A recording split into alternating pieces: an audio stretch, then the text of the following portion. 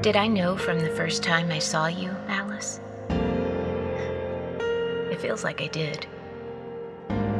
But I think our memories of these things get clouded. And maybe I didn't think anything but, hey, she's cute. That memory is so heavy with our love, it's almost impossible for me to lift it up and inspect it for what it is. Here's what I do remember. You were not my first, but you were close. I dated Mindy Morris in high school. Mindy and I were friends, and then we knew we were more than friends, and we didn't know what to do about that. And then we did know. I wanted to keep it a secret. She didn't. We kept it a secret. I think a lot of people knew anyway. I thought my parents for sure had no idea.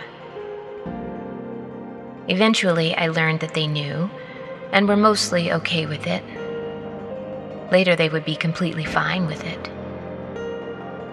In between, there was an adjustment. Not everything can be all right all at once. Then I was in college, and me and Mindy still were together, but we hardly ever saw each other. And then we weren't together, but we would still hang out on breaks when we were both back home. And then not even that. And I thought, this is good. This is good. It's time to be single for a while. Learn more about myself. I'll stay single for at least a few years and then see what happens. And 3 days later, I ended up in a study group with a student named Alice. And maybe I thought nothing much, except that you were interesting and funny, and I liked the way you ran your hands through your hair when you were talking about something complicated. But now, in my memory, I remember thinking about my plan to stay single, and looking at you, and then thinking, well, shit.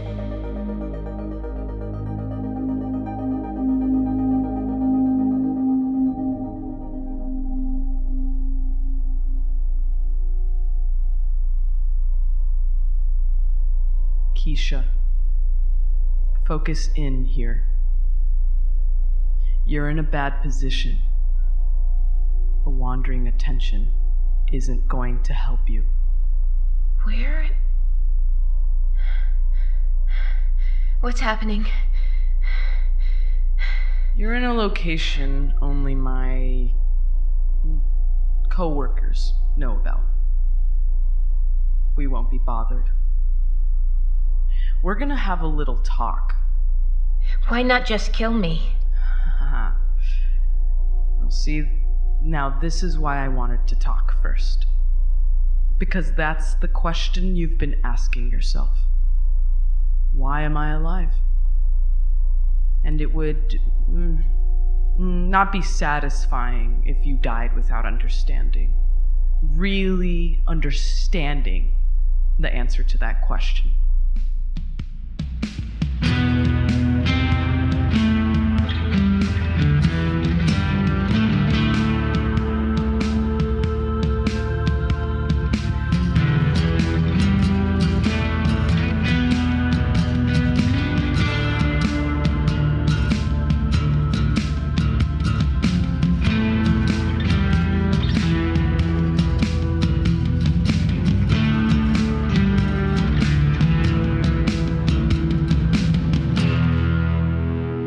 Alice Isn't Dead by Joseph Fink, performed by Jasika, Nicole, and Roberta Colindrez, produced by Disparition. Part 2, Chapter 10, Why Am I Alive?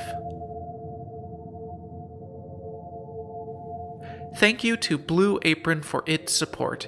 Get 3 meals free with free shipping by going to blueapron.com/dead. Thank you also to Audible. When this episode is over, get yourself a free audiobook. Get that free audiobook with a 30-day trial by going to audible.com/dead. And stay tuned after our show, when I will tell you one last knock-knock joke. You work for Thistle? Work for sounds so servile. I mean, you could say I work with them partnership of a kind. I mean, believe me, I get a lot out of it. Job satisfaction is high. You're all monsters. Melodramatic. No, I mean you're actually monsters. You're not human. You're something. I don't know what. You're predators. Well, that is close to the truth, I suppose, but very judgy. Just because we're not human, we're monsters. Humans can be pretty monstrous. Save your equivocating for someone you don't have handcuffed in an interrogation room. Fair. We love the taste of blood because it tastes like freedom. You people, you restrict yourself so much. We have no restrictions. Why would I ever hold back because it might harm someone else? Am I them? So the goal is what? Just to kill people? That's the question, isn't it? You understand that we're at war, but you don't understand what the war is about. I understand wanting to stop you. I understand Bay and Creek wanting to end your rampage. Evil demands resistance. Exactly. Their motivation is clear. But what about ours? What do we want, Keisha? And why would anyone but those who have tasted blood help us? The government is protecting our bloodshed. Why? I don't know. That's because you're not asking the most basic question there is. The only one that actually matters. What do you want? No, not that question. Who knows what we want? We're a blank force of terror. We're groping hands in the dark, pulling you into the shadows. We're snatchers. Who cares what we want? I don't know then. Yes, you do. Think about it. I want you to come to this on your own. I want to badly hurt you before I start inflicting the physical pain. The government is working with you. Yes. And so the question is... Exactly.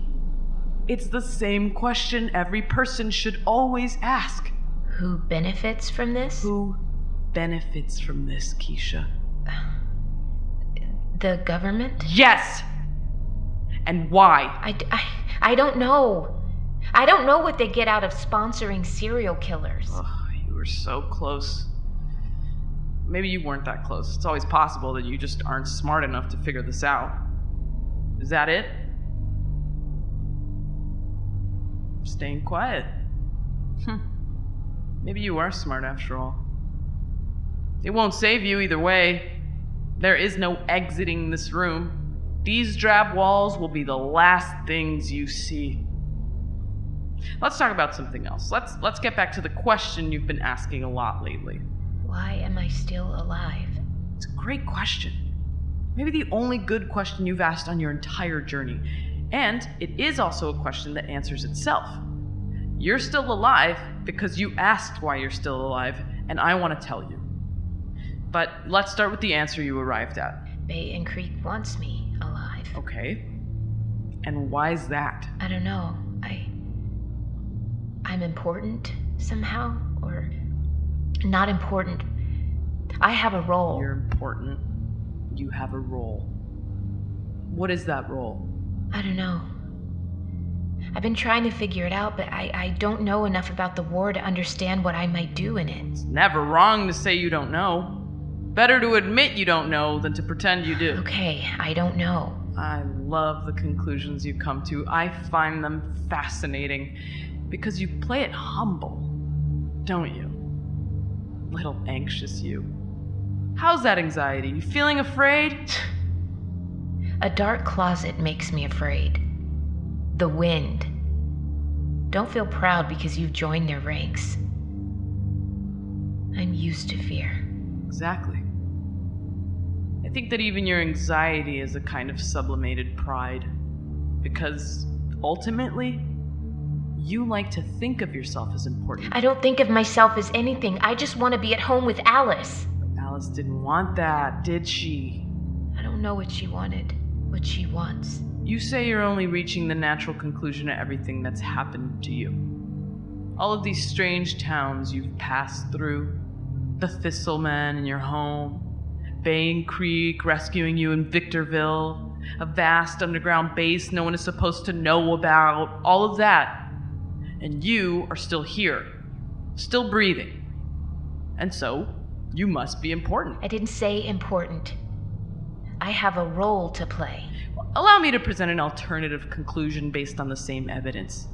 The reason you're still alive is just because you're not dead yet.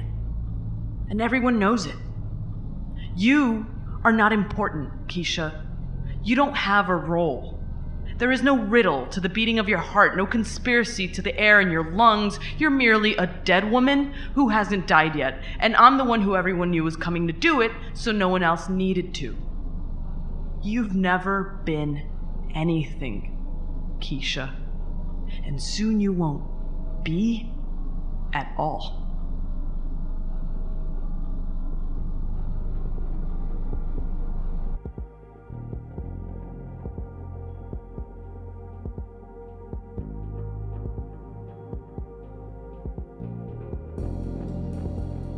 I was set on the idea of staying single, even as we started to date.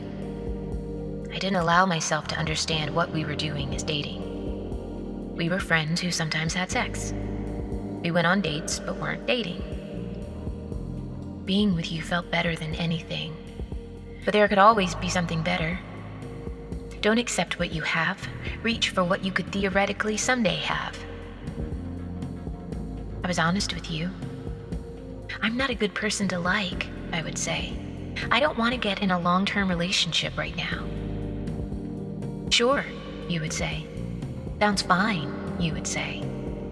Hey, let's drive to the beach. And we did drive to the beach. And it was cold and kind of miserable, but we took a walk anyway. At a certain point, somewhere between a pile of rotting seaweed and an inlet where water poured from a metal pipe, you took my hand and spun me around and then back toward you so that we were facing. And you kissed me for a long time.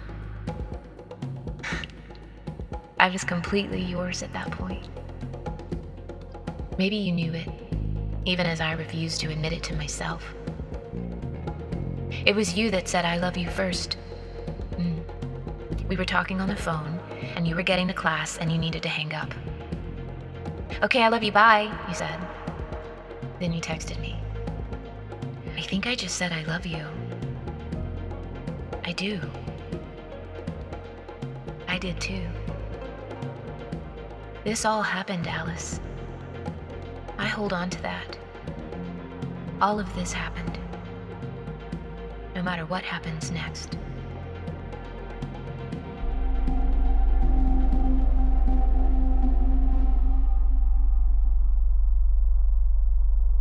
The reason Bay and Creek didn't kill me Yes? is because they already knew that you were coming to do it. Go on. And so they didn't have to. Almost. But your mind can't grasp it. Let me provide a visual aid.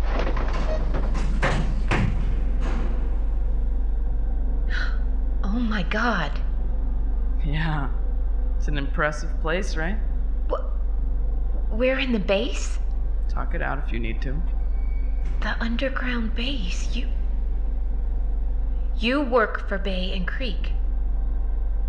Bay and Creek did decide to kill me. They sent you to do it. Now you've got it.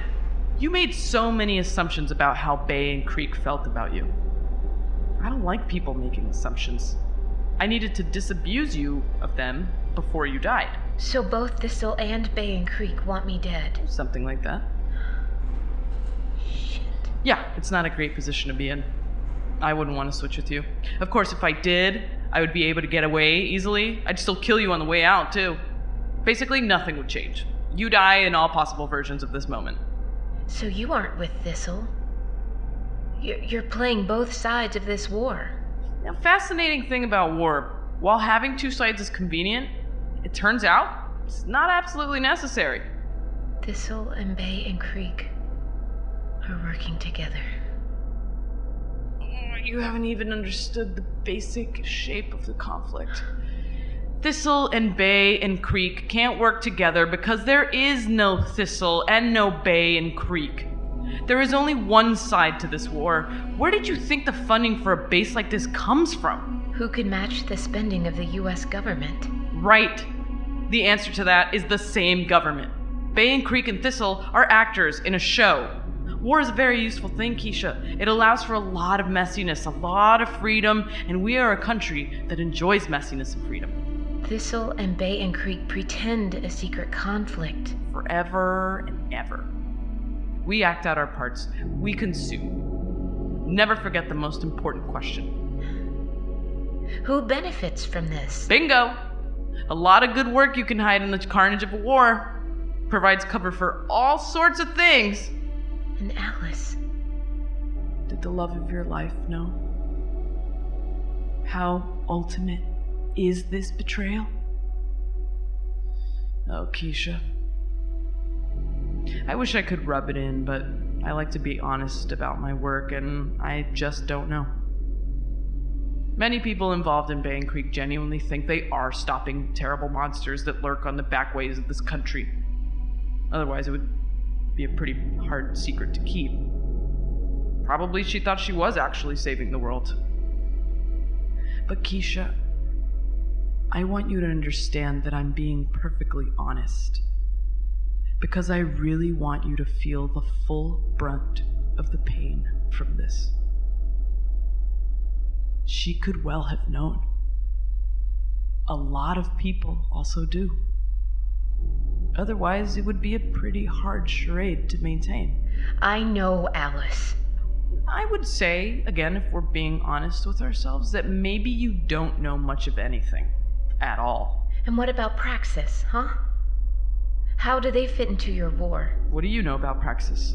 I don't know if it's something that can be known. It's the smartest thing you've said all day. Probably the smartest thing you've ever said in your waning life. Don't worry about Praxis. I have so many other things for you to worry about instead.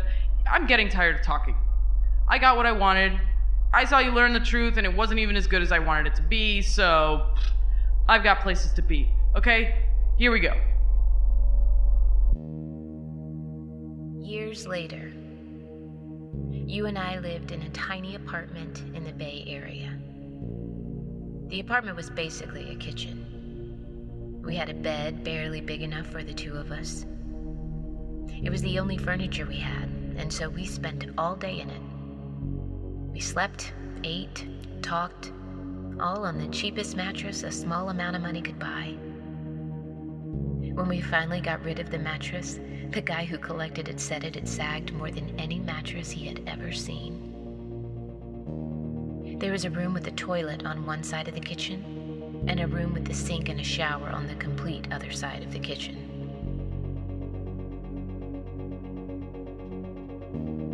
Moving in together was not easy. There were fights, discomfort. Two people with two lives figuring out how to shrink those lives to fit a tiny bed in the corner of a kitchen. But slowly we realized that it wasn't a constriction, but a rearrangement of terms. There was infinite space in that tiny apartment if we reoriented ourselves to find it. Soon we settled into this new way of living, and the two of us became a unit. It was the first step to having a life together.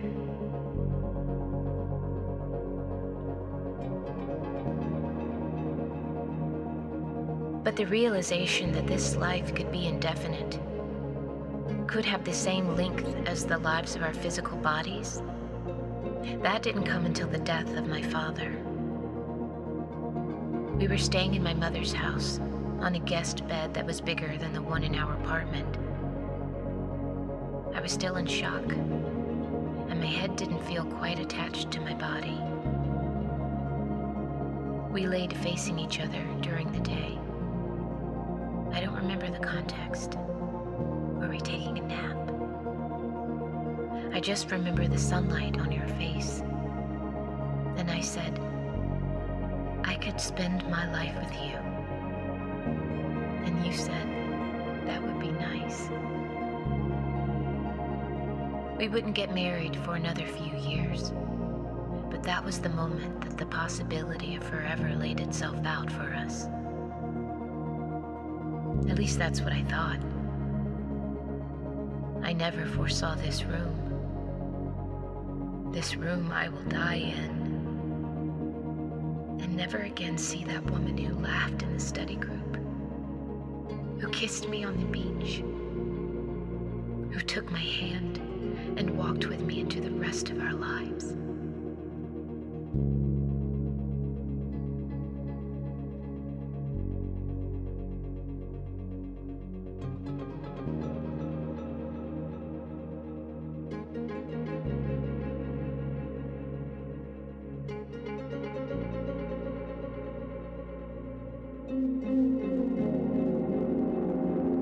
Okay, here we go.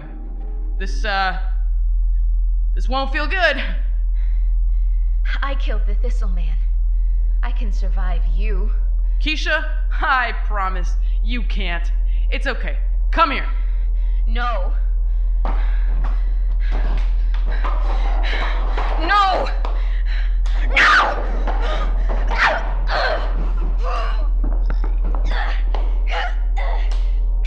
It's happening right now. Can you pinpoint the moment you start to die? 1 sec. Finishing up here.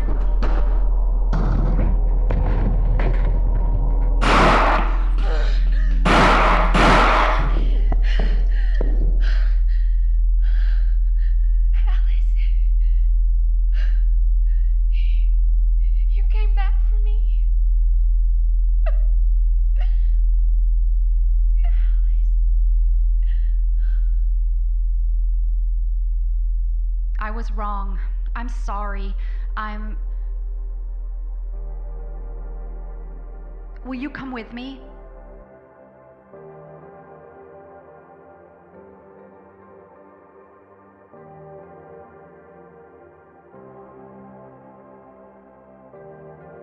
This episode brought to you by Blue Apron. Cooking for ourselves is the kind of deeply fulfilling experience that a lot of us feel like we don't have the time or know how to do.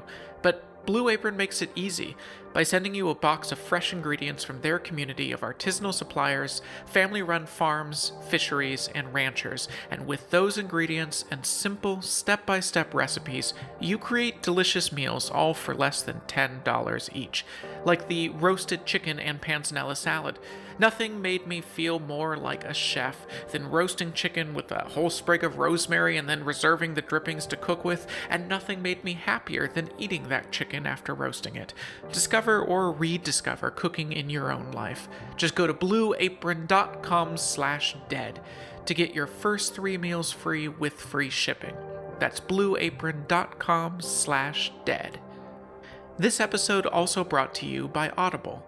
Audible has an unmatched selection, including audiobooks, original shows, news, comedy, and more. Audible is offering you a free audiobook with a 30-day free trial. Just go to audible.com/dead, browse their unmatched selection of content, download a title for free, and start listening. You are 2 minutes away from listening to that book you've been meaning to try. One book you might like is The Mother of All Questions by Rebecca Solnit. Her work has the kind of clear, thoughtful, and beautifully written approaches to difficult topics that you will want to savor over and over, and you can do that for free right now with a 30-day free trial at audible.com/dead. That's audible.com/dead. That's it for part 2 of Alice Isn't Dead. We will return in 2018 with part 3.